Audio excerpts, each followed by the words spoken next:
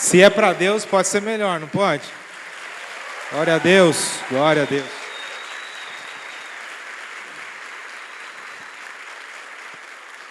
Glória a Deus. Eu sou um filho amado de Deus, lutando contra a orfandade, a rejeição, o orgulho, a gula, a procrastinação, enfim, a lista é bem longa. Eu sou o Paulinho. Louvo a Deus por estar aqui, louvo a Deus por ter a oportunidade de chamar o Cláudio de amigo, porque ele, como ele disse, e eu acho que é algo que deveria ficar muito bem gravado nos nossos corações aqui nessa noite. Deus é Deus apesar de nós, né?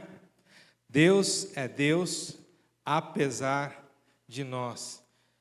E Ele continuará sendo Deus, e Ele está com suas mãos estendidas sobre nós, nos demonstrando o quanto nos ama, o quanto Ele é poderoso.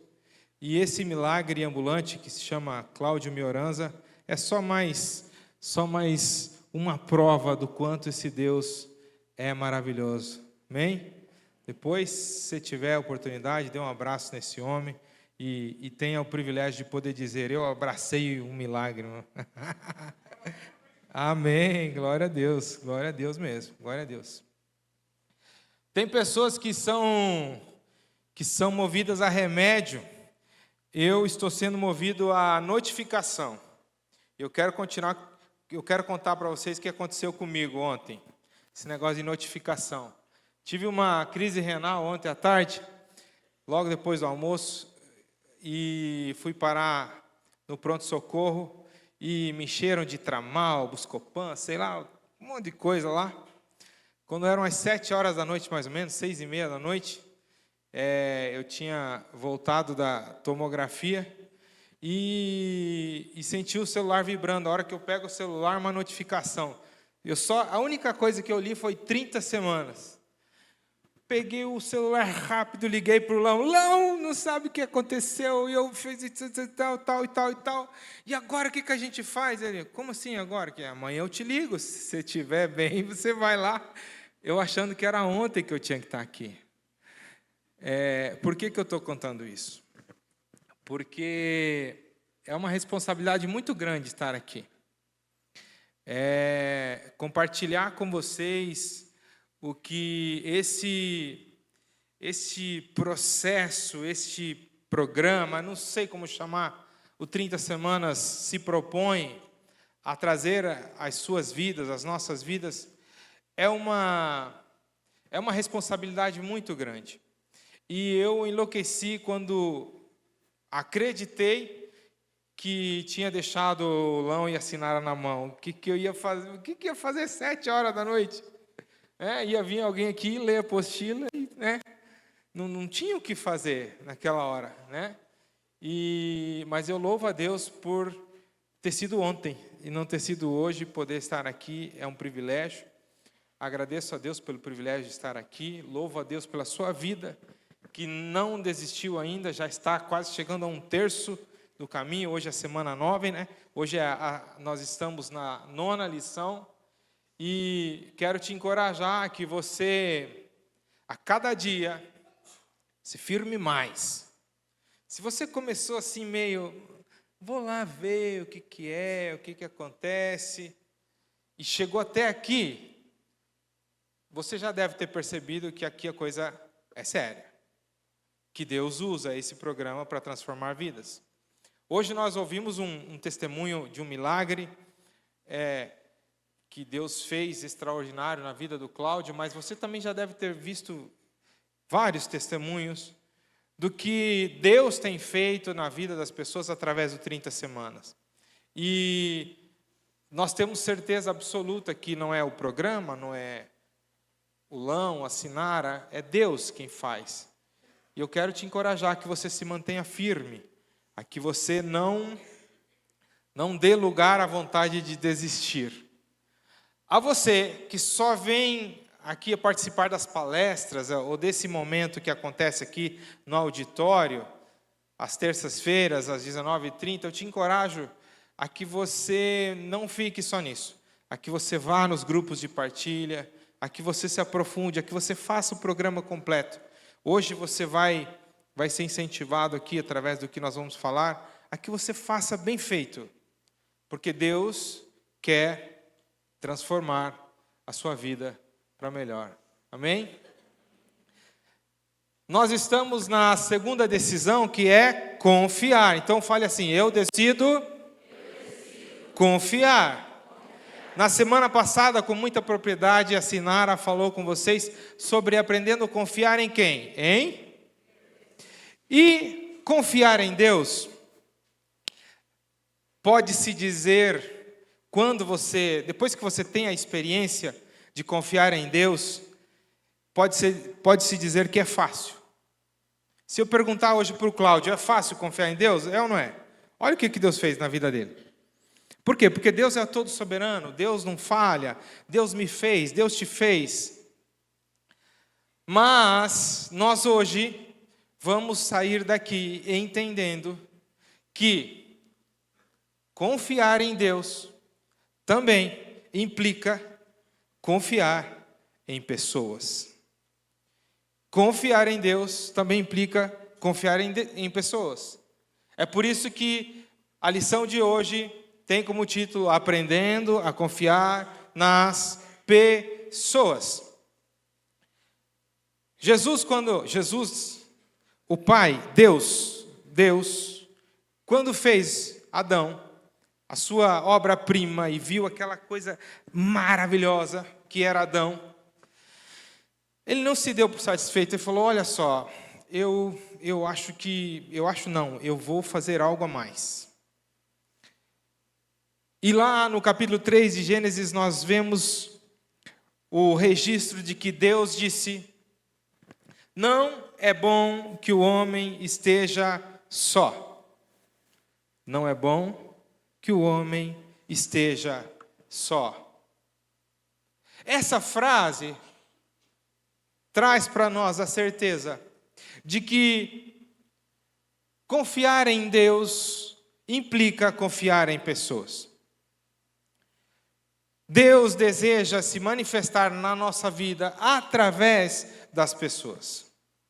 Deus deseja cuidar de mim, de você, através das pessoas. Deus deseja agir no seu caráter através das pessoas. Deus deseja fazer com que bênçãos cheguem até você, cheguem até mim, através de pessoas. Olha o que nós temos no livro de Eclesiastes, capítulo 4, a partir do versículo 9. É melhor ter companhia do que estar sozinho, porque maior é a recompensa do trabalho de duas pessoas. Se um cair, o amigo pode ajudá-lo a levantar-se. Mas pobre do homem que cai e não tem quem o ajude a levantar-se. Um homem sozinho pode ser vencido, mas dois conseguem defender-se. Um cordão de 3 dobras não se rompe com facilidade. Deus quer que você seja abençoado através de pessoas. Deus quer que nesta noite seja quebrado um jugo que existe na sua vida, chamado desconfiança. Eu sei por experiência própria que é muito difícil confiar quando se é ferido. Eu sei por experiência própria que se existe algo difícil é acreditar que uma pessoa é digna de confiança quando nós estamos feridos. Mas eu vim aqui nessa noite reforçar uma verdade de Deus na sua mente, para que você possa lutar contra a mentira do inimigo chamada desconfiança. Mateus capítulo 7, 12, Jesus falou: assim, em tudo façam aos outros o que vocês querem que eles lhe façam. Isso aqui é muito profundo, isso aqui abarca muitas áreas das nossas vidas. Tem a ver com generosidade, tem a ver com religião, tem a ver com a nossa compreensão de mundo, mas principalmente tem a ver com a forma como que nós enxergamos as pessoas. Na maioria das vezes, quando nós vivemos a desconfiança na nossa vida, é porque nós temos grande dificuldade de entender o quanto Deus nos ama e nos quer bem. E a gente olha para as situações, olha para os relacionamentos de uma forma egoísta. E Deus quer que muito obrigado, Senhora, que nessa noite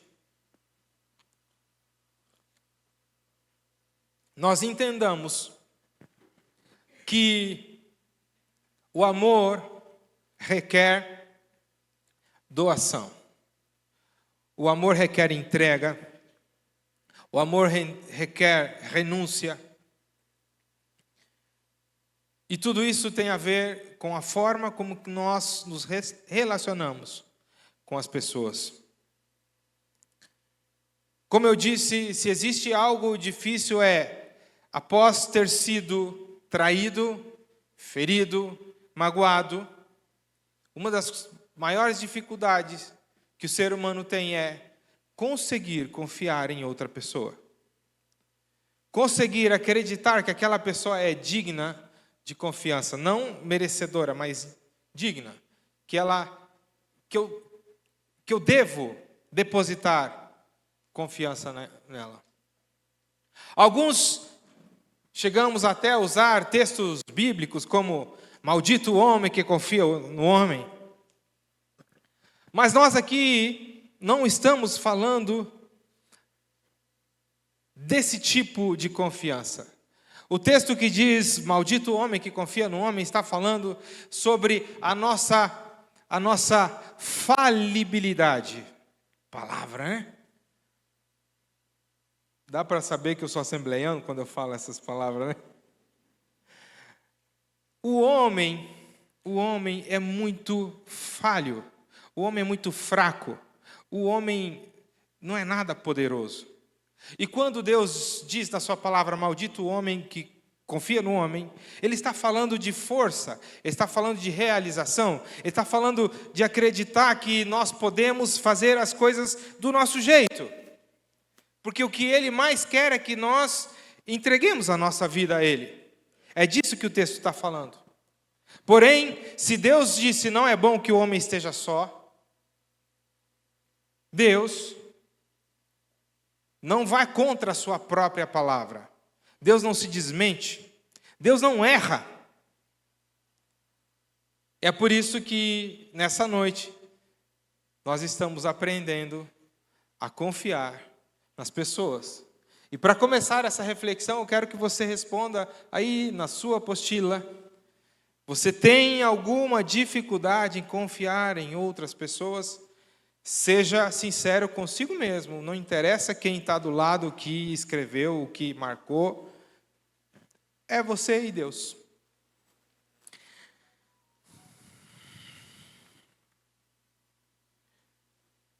Como eu disse, se existe algo que é difícil, tem alguém marcando a hora? Eu já me perdi.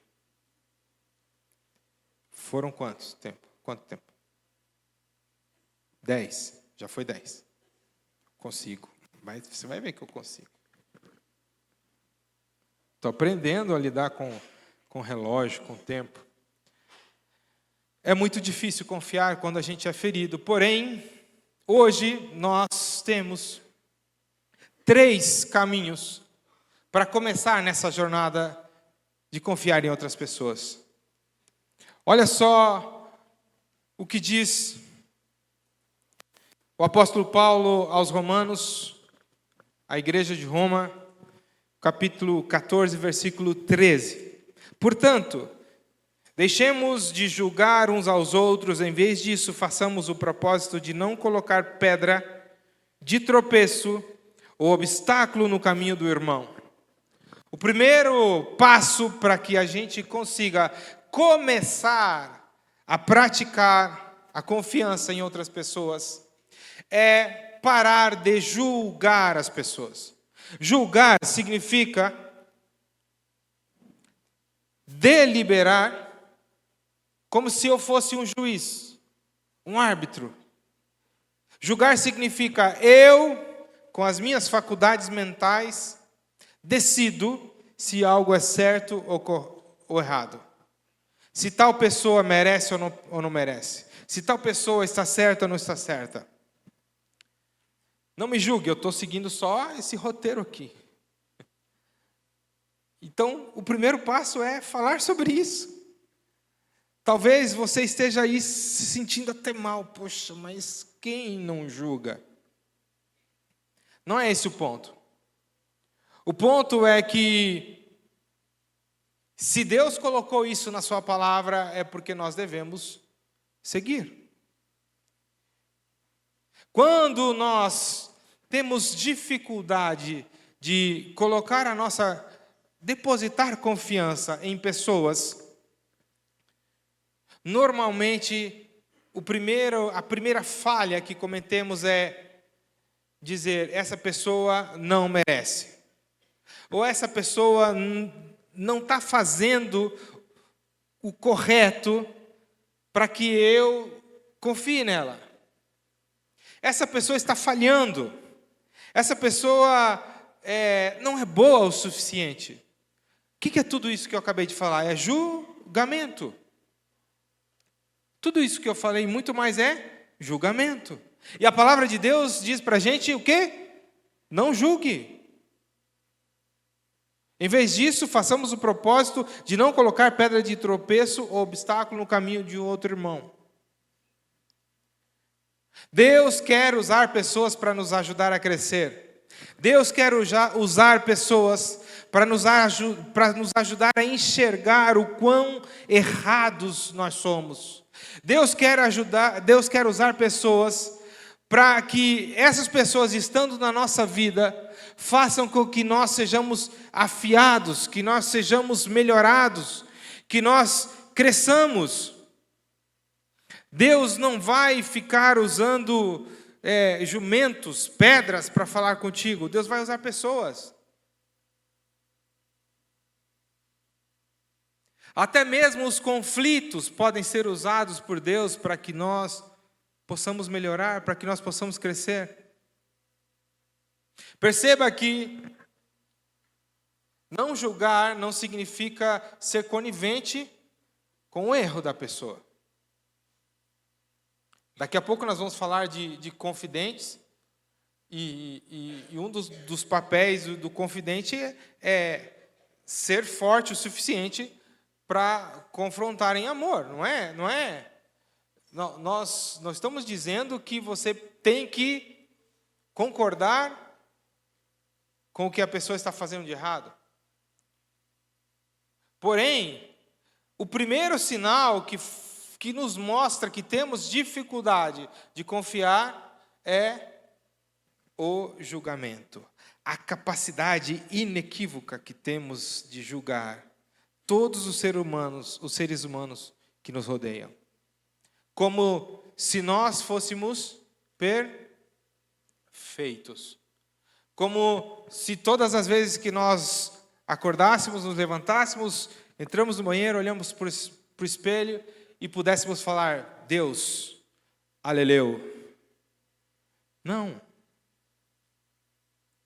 Deus quer que nós saiamos daqui entendendo que nós precisamos e podemos confiar nas pessoas, mesmo que elas, aos nossos olhos, pareçam incorretas ou pareçam que não merecem.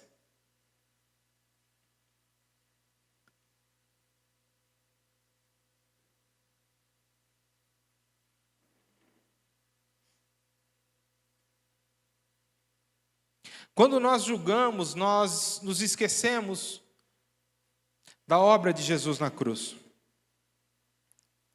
Quando nós olhamos para uma pessoa e condenamos ela, nós esquecemos que Jesus não morreu na cruz só por mim, que Ele morreu também por aquela pessoa, e que a obra redentora dele é perfeita.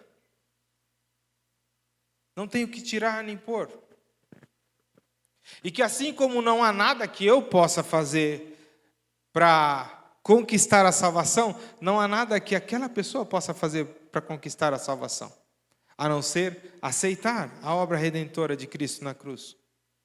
Todas as vezes que eu julgo uma pessoa, eu estou colocando em xeque o que Jesus fez na cruz por mim. Essa frase aqui na apostila é marcante. Na cruz, a esperança de uma nova vida foi inteiramente conquistada. Se você pode ter uma nova vida, por que a pessoa que está ali na sua frente ou ao seu lado ou atrás de você não é capaz de conquistar uma nova vida? O que você tem de melhor que ela? No que você é melhor do que ela? O apóstolo Paulo também, escrevendo aos Coríntios, na segunda carta, versículo 17 do capítulo 5, ele diz: se alguém está em Cristo, é o quê? As coisas antigas, eis que surgiram coisas novas. Será que esse texto está dizendo, se alguém está na minha cartilha de boas práticas, essa pessoa é uma nova criação? Ou se essa pessoa faz essa lista de tarefas, essa pessoa é uma nova criação? É isso que o apóstolo Paulo está falando? Não. Se uma pessoa está em Cristo, ela é uma nova pessoa.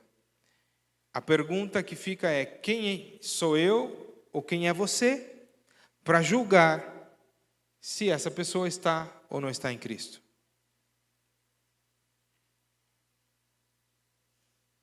Para reflexão, marque aí no seu livro, na sua apostila. Você tem o costume de julgar os outros?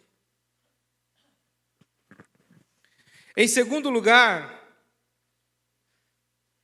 a segunda ferramenta que nós temos para refletir sobre ela nessa noite é: decida falar no grupo de apoio. Como eu disse, se você só frequenta aqui a parte da música e dos testemunhos, das palestras, você está perdendo as partes principais do 30 Semanas. Existem pessoas que estão ali há 7 meses, tem pessoas que fazem 4, 5, 6 ciclos, né? Maravilha, vamos melhorando. Mas tem gente que fica ali semanas, traz semanas, e não fala uma palavra no grupo de apoio. Quando nós falamos, quando nós exercitamos esta bênção de expor em palavras aquilo que está dentro de nós, Deus usa isso para nos curar. Agora vou falar diretamente com você que ainda não conseguiu falar no grupo de apoio.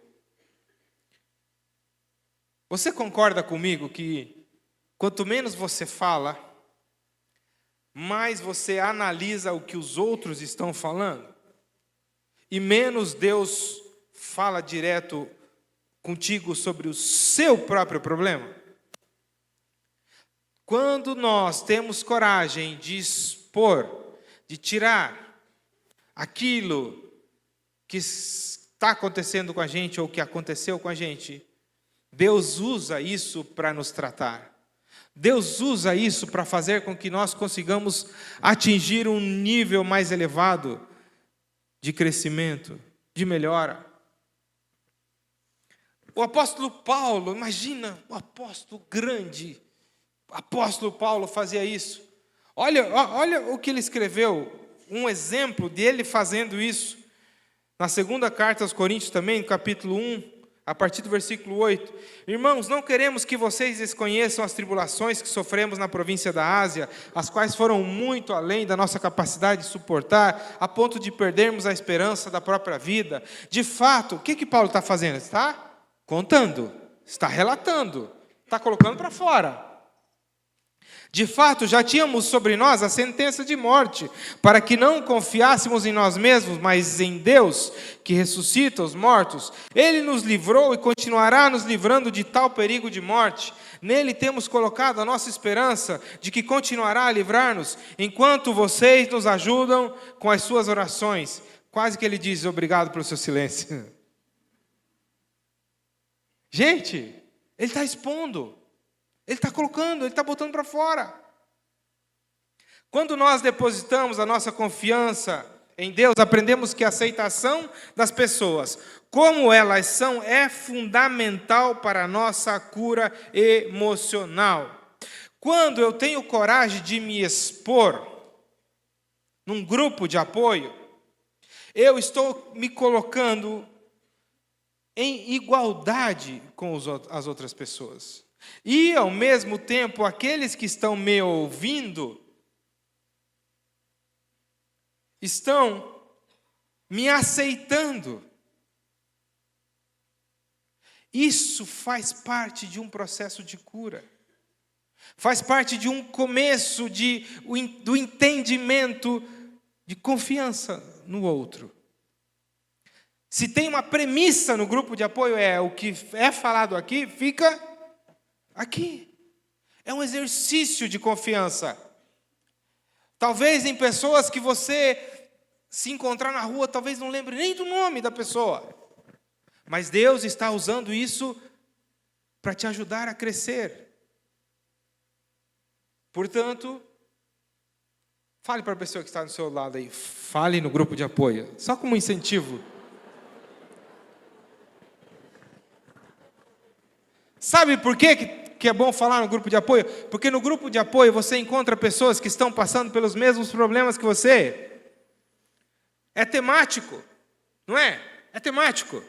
Tem grupo de gula? Eu vou vir fazer um grupo de gula aí.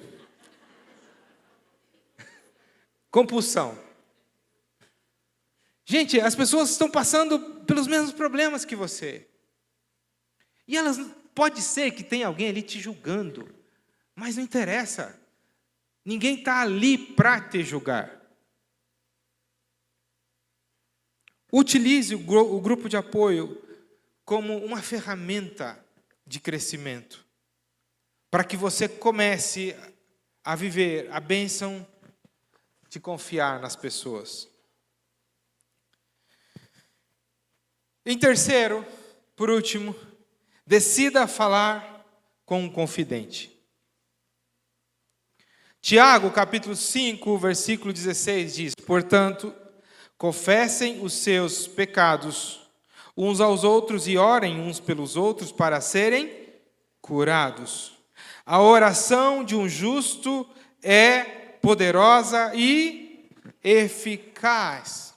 Lá no terceiro encontro, você foi apresentado a essa figura do confidente. Lá no terceiro encontro. E muitas vezes pode acontecer que você ainda não escolheu um confidente. Talvez seja porque ainda não conseguiu, mas talvez seja porque você está esperando encontrar alguém digno da sua confidência. Eu gostaria que fosse um pastor, tal, né? Coitado de nós. Coitado de nós. Olha só, algumas dicas para você que ainda não encontrou o confidente. Olha só como é que tem que ser o confidente.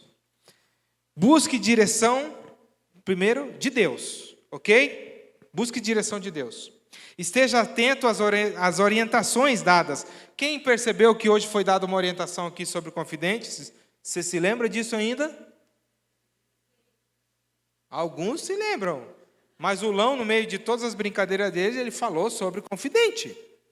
Preste atenção. Preste atenção.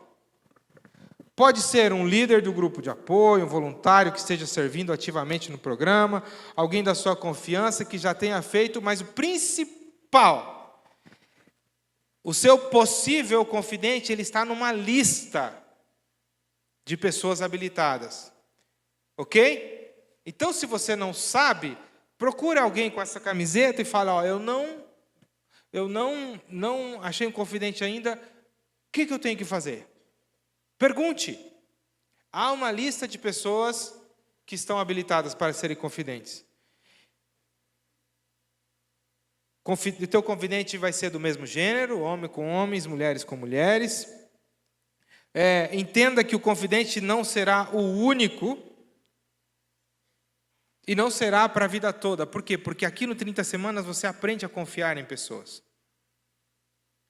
E você, durante toda a sua jornada cristã, você terá vários parceiros de oração. Eu creio nisso. Eu declaro isso sobre a sua vida. Você vai aprender a confiar em pessoas. Seja direto em falar com a pessoa. Chega e não fica falando,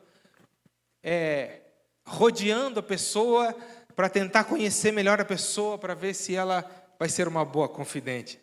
Não, chega e fala, você pode ser meu confidente? Você pode ser meu confidente? Você já orou? Você viu que essa pessoa está numa lista habilitada para ser confidente? Pronto, seja direto. Depois que você escolheu o seu confidente, você pode se certificar de que ele fez o programa vivendo e está vivendo as 8 decisões, vive uma vida de acordo com o que fala, tem um relacionamento com Jesus, expressa o desejo de ajudá-lo em processo de restauração, demonstra sensibilidade, compaixão, cuidado, esperança, não tem pena de você. É forte o suficiente para confrontar sua negação ou a sua procrastinação. Oferece sugestões, não te diz o que fazer. Ele não te dá ordens e sabe compartilhar suas próprias lutas. Se o teu confidente não estiver seguindo este script aqui, aí você procura Sinário e Lão, que nós conversamos com ele, para que ele se adeque, né? Pronto. Por quê? Porque não precisa ser perfeito. Se precisasse ser perfeito, não existiria esse programa. Você entende isso? Isso é o principal de tudo hoje. Se você estiver esperando alguém perfeito para confiar, você não vai confiar em nenhum ser humano, da forma que Deus quer que você confie. Por quê? Porque todo ser humano vai falhar contigo. Todo ser humano vai errar contigo. Todo ser humano vai fazer uma promessa e vai descumprir, nem que seja uma parte daquela promessa. Por que nós devemos viver esses relacionamentos saudáveis de confianças com as pessoas? Porque nós temos um Deus em quem não falha e que nós aprendemos a semana passada, que nesse nós podemos confiar sem o medo de que nos falhe. E esse Deus que não falha, Ele está me dizendo, está dizendo para você nessa noite, aprenda a confiar em pessoas, porque eu vou usar pessoas para te fazer crescer. Quem está dizendo para você confiar em pessoas, não é o programa, não é o Paulinho que está aqui na frente, é o Deus, aquele que você aprendeu semana passada, que é infalível. Então quem não vai falhar contigo não é a pessoa, é Deus que não falha contigo. Se você tem alguém no seu GA, você abre o seu coração e você pede oração, e daqui a pouco essa pessoa de alguma forma falha com você.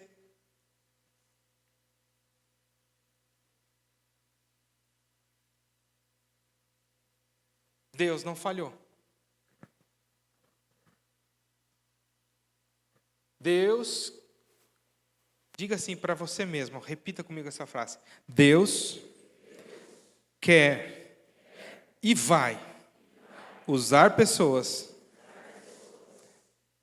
para me abençoar. Acredite nisso. Não não tenha relacionamentos somente pela possibilidade de que aquela pessoa...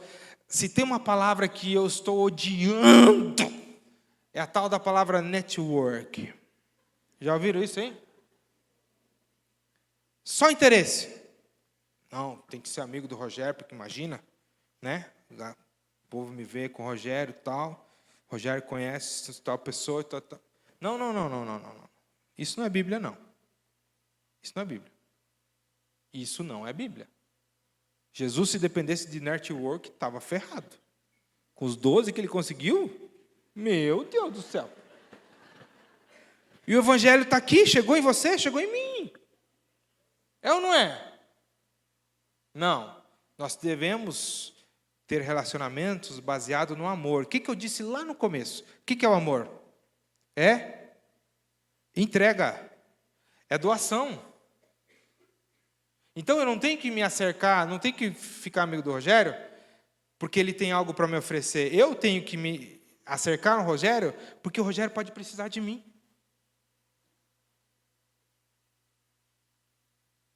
Parece que não tem nada a ver com o que eu estava falando, né? Mas tem tudo a ver. Porque se nós vivermos numa família que pensa desse jeito, tudo se conecta e se torna um ciclo perfeito. Porque você não vai vir atrás de mim com interesse. Eu não vou querer tomar um café com você para que você pague o café para mim, ou porque você, não sei. Não, nós estamos aqui vivendo em amor. E quando nós vivemos o amor, a confiança é uma das primeiras coisas que se eleva. Deu para entender? Aprenda, se permita confiar. Mesmo que as feridas ainda estejam abertas. Eu não ia falar isso, mas eu vou falar. Eu estava com medo de falar, mas eu vou falar. Quando nós falamos num tema como esse, situações de relacionamentos conjugais, amorosos, são os que mais ficam permeando a mente das pessoas que estão no auditório. E nós aqui não estamos falando disso. Nós aqui estamos falando de todos os tipos de relacionamento.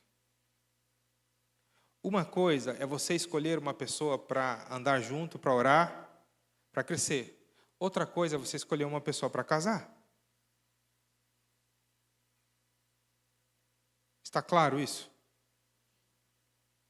Poxa, pastor, mas aí fica difícil. Mas ninguém falou que era fácil casar. Né? Então quer dizer que eu não preciso perdoar meu ex-marido, minha ex-esposa? Não. Como assim? Você está no 30 semanas? Como é que você não vai perdoar? Só que é outro assunto. Que quando se junta, você vê que está ligado. Mas hoje nós estamos falando dos relacionamentos mais simples que existem. Quando eu sou traído num casamento, eu não consigo olhar para nenhuma outra pessoa do gênero que me traiu sem desconfiar. É por isso que eu trouxe esse assunto. Então, repita mais uma vez. Deus quer e vai usar pessoas para me abençoar. Amém? Obrigado pelo seu silêncio.